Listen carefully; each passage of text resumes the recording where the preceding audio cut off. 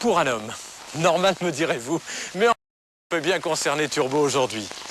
D'abord, c'est une passion, plutôt je devrais appeler une admiration honnête, même si cet homme est marié. Et puis, après tout, Sandrine est garante même du droit et de l'honneur, puisque dans la vie, elle est gendarmette, elle est à la gendarmerie. Et puis que cette passion, cette admiration, elle la partage dans toute la France avec plus de 400 autres personnes. Une passion, une admiration pour un pilote, un grand champion des rallyes qui se prénomme Philippe. Ah oui, vous commencez à comprendre.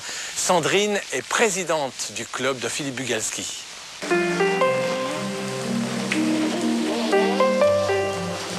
Il y a des fois où la passion est plus forte que tout.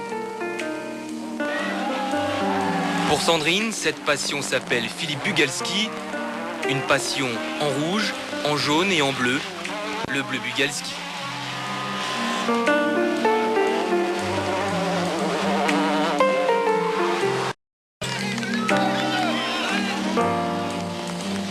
Mais Sandrine n'est pas égoïste, alors pour faire partager sa passion du sport automobile, elle a créé voilà presque 5 ans le club des supporters de Philippe Bugalski.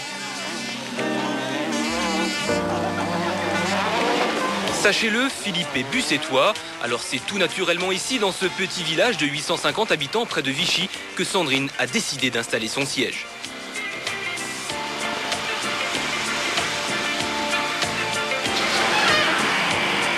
J'ai créé son club suite à un petit pari que j'ai fait avec lui. Au moment où il était chez Lancia, il galérait un peu, puis je lui ai dit un jour où tu re-signeras dans une autre écurie, je monterai ton club. Donc du coup, c'est parti sur ça. Donc au départ, le club s'est formé mais surtout avec sa famille et ses amis. Et puis aujourd'hui, on arrive avec 430 adhérents dans toute la France et en Pologne et en Amérique. Pour devenir membre, 3 conditions, être fan de Philippe bien sûr, payer 35 francs d'adhésion par an et surtout, savoir chanter.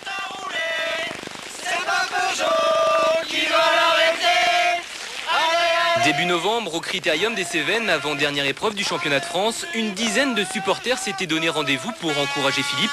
Nous les avons suivis. Après avoir placé stratégiquement la banderole, il n'y a plus qu'à attendre les voitures.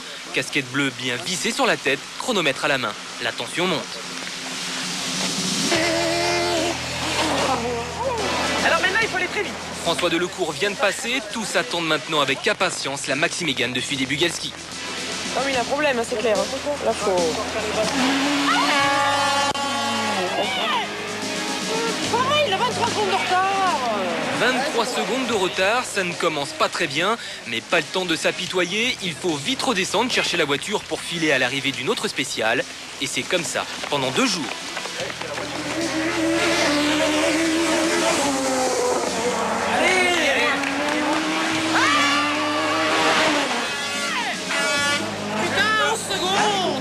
Apparemment, les choses ne s'améliorent pas pour Philippe Bugalski qui perd encore du temps. À la mi-journée, il pointe seulement à la 4e place, mais croyez-moi, il en faudra un peu plus pour décourager tout son fan club. C'est sympa de leur part, ça fait partie de l'ambiance du rallye et je pense qu'on fait vibrer plein de gens et c'est super d'avoir un fan club qui nous suit comme ça sur toutes les épreuves. 90 petites feuilles. 90 petites feuilles. Et à fond 30 mètres. Droite 110 se ferme. Il est toujours ouvert avec ses supporters. C'est vrai qu'il est vraiment très, très sympa. Et sa grosse qualité, c'est qu'il a un gros cœur. Et au niveau du rallye, je dirais un grand professionnel qui ne baisse jamais les bras.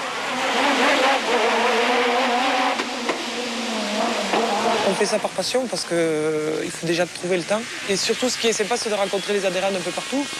Le club grossit de jour en jour. Et c'est très bien comme ça. Philippe Bugalski terminera finalement 4e de ce Critérium des Cévennes. Ses fans ne lui en tiendront pas rigueur. La passion reste intacte. Nous, je ne pense pas qu'on suive la marque, que ce soit une Peugeot, une Renault ou une Citroën. On sera toujours derrière Philippe et Renault ne sera plus là, mais on sera toujours là. Philippe, c'est le Brésil, il danse à samba, il va de scratch en scratch, gagner le championnat.